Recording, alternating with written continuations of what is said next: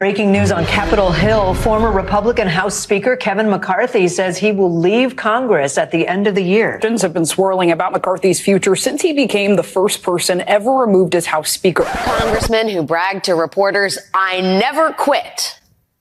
Today, that man called it quits. He showed no backbone. He showed no courage after Biden was elected, although he couldn't bring himself to support the impeachment of Donald Trump for inciting a violent insurrection, which almost got even Kevin McCarthy killed. He decided to support an impeachment investigation against Joe Biden for nothing. I say a good riddance to him. He did nothing for his country or his Constitution. With 48-hour Speaker Kevin McCarthy announcing he's quitting Congress come the end of the year. Thank you from the bottom of my heart. We did our part. And when the stakes were the highest, we rose to the challenge. We were willing to risk it all, no matter the odds, no matter the personal cost. There were various reactions across the board, from mine to some more of mine. And then Meidas' mighty favourite Jamie Raskin, who went on MSNBC to express his thoughts on the Speaker whose tenure lasted about as long as a hug between Don Jr. and his dad. Simply put, we did the right thing. Simply put, we did the right thing. That is Kevin McCarthy's legacy, according to Kevin McCarthy. Representative Raskin did little to mask his opinion on the Republican from Bakersfield as he outlined just how little he did with his time in Congress and how his relentless efforts to rehabilitate Donald Trump will be a stain on his political career for as long as it exists. Perhaps the most consequential thing he did was not even as Speaker. A few weeks after the insurrection on the Capitol, McCarthy traveled down to Mar-a-Lago to have dinner with Donald Trump. In so doing, McCarthy effectively brought Trump back into the good graces of the party and set the stage for his political comeback. Simply put, we did the right thing. What do you think of those? He did. Go ahead.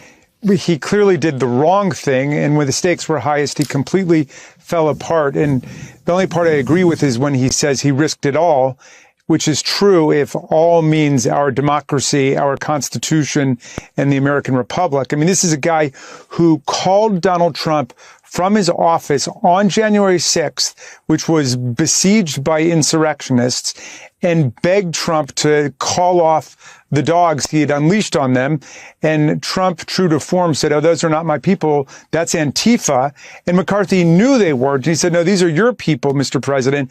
And Trump said to him, "Well, maybe they just care a little bit more about a fair election than you do, Kevin." And unlike Liz Cheney and Adam Kinzinger and 8 other House Republicans who also lived through that experience, who voted to impeach Trump for inciting and leading that insurrection, Kevin McCarthy just put his tail between his legs and voted no. He did briefly blame it on Trump, saying that Trump had to take responsibility for it. But within days, as Liz says in her book, was like a puppy dog clamoring for more money down in Mar-a-Lago. He showed no backbone. Later, after Biden was elected, although he couldn't bring himself to support the impeachment of Donald Trump for inciting a violent insurrection, which almost got even Kevin McCarthy killed, he decided to support an impeachment investigation against Joe Biden for nothing, without even identifying a potential crime. So I say a good riddance to him.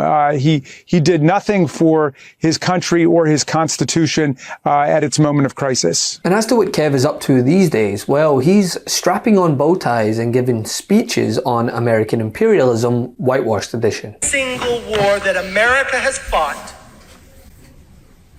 we have never asked for land afterwards, except for enough to bury the Americans who gave the ultimate sacrifice for that freedom we went in for. And this, ladies and gentlemen, is what happens when you have elected officials more concerned with whitewashing history than actually learning from it. Kev here was actually elected in California. What did California used to be again? Oh, that's right. It used to be part of Mexico in that little Mexican-American War in 1846, as well, by the way, as present-day Arizona, New Mexico, Nevada, Utah, Colorado, Wyoming, Kansas, Oklahoma. I mean, take your pick. Not to mention the Spanish-American War, where America gained several territories.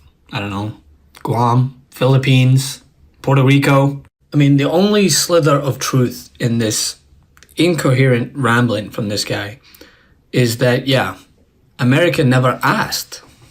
They just took. But I will say, just this week, a rare dose of truth creeped out regarding the difference between both parties that I couldn't help but agree with. And when I look at the Democrats, they actually look like America. When I look at my party, we look like the most restrictive country club in America. Now, for anyone who sticks around to hear the political opinion of a Ginger Scott with an affinity for metaphors, you'd know I've had my qualms with McCarthy in the past, from his inability to admit how fragmented his own party was as he was ousted from a position that he bent himself into a pretzel to get, and even tried to spin it as a Democrat issue. We're here, every single Democrat voted to stop one branch of government. They created this mess with 8 Republicans. Every single Democrat did that. And so I think what we'll do is we'll go sit down. We'll talk to those that have difference of opinion and come back. If every single Democrat didn't vote with 8 Republicans to shut this place down, that's it. No, Republicans voted against Jim Jordan today on the floor, including 2 votes from somebody who's not even a member anymore. To his insufferable credit card analogy that he said time and time again, try and deflect from his own past record of increase in the national debt when it meant bending the knee to his cult leader. But I feel like you can deal with the spending in other ways, which is totally legitimate. So if you just raise the debt ceiling, do you think $31 trillion of debt? The CBO has come out in the next 10 years. Do you know we'll pay 10.5? You did it 3 times in the Trump administration. Debt ceiling, that's actually paying for stuff that has already been spent. Democrats have floated changing the debt ceiling process so there's not... We can just spend more and more. Why they want to raise this is to spend more money. When you raise the debt ceiling, that's actually paying for stuff that has already been spent. Now, do I think we've seen the last of him? No. If his desperate attempts to claw his way to power and rushing to Mar-a-Lago to feed Trump soup when he was gloomy. The truth was pretty simple. Kevin McCarthy went to Mar-a-Lago because his ability to raise money had dried up after January 6th. Kevin needed money. Or anything to go by, he'll be around waiting for any scraps that fall from the MAGA table, if, God forbid, there is to be a second coming of the nightmare. But I'll leave it to fellow Republican Liz Cheney to articulate what Kevin McCarthy's legacy will be in Congress. Just give me your Kevin McCarthy take. Well, I think that he's a pathetic figure in many ways in our history, but I also think it's important not to minimize the damage that he did, because even though he's somebody who didn't seem to have strong ideological beliefs, he was leading the Republicans in the House. And at each moment when his determination to do the right thing could have made a difference, he determined instead to do the wrong thing. And so I talk in the book, for example, about the whole process of objecting to electoral votes. And we'd obviously gone through a huge debate internally about it. But once the violence happened, I obviously made clear that I believed it was unconstitutional to object. And I certainly assumed that in the hours after the attack on the Capitol, there would not be a continuation of the objections. And in fact, that's what Kevin told me. He was not going to continue the objections, but then he did.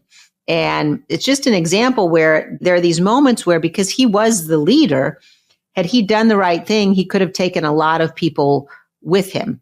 And instead, he sort of led the conference again and again and again down this path where it ended up with Donald Trump maintaining a real grip on a conference that was dependent on him, particularly for campaign money.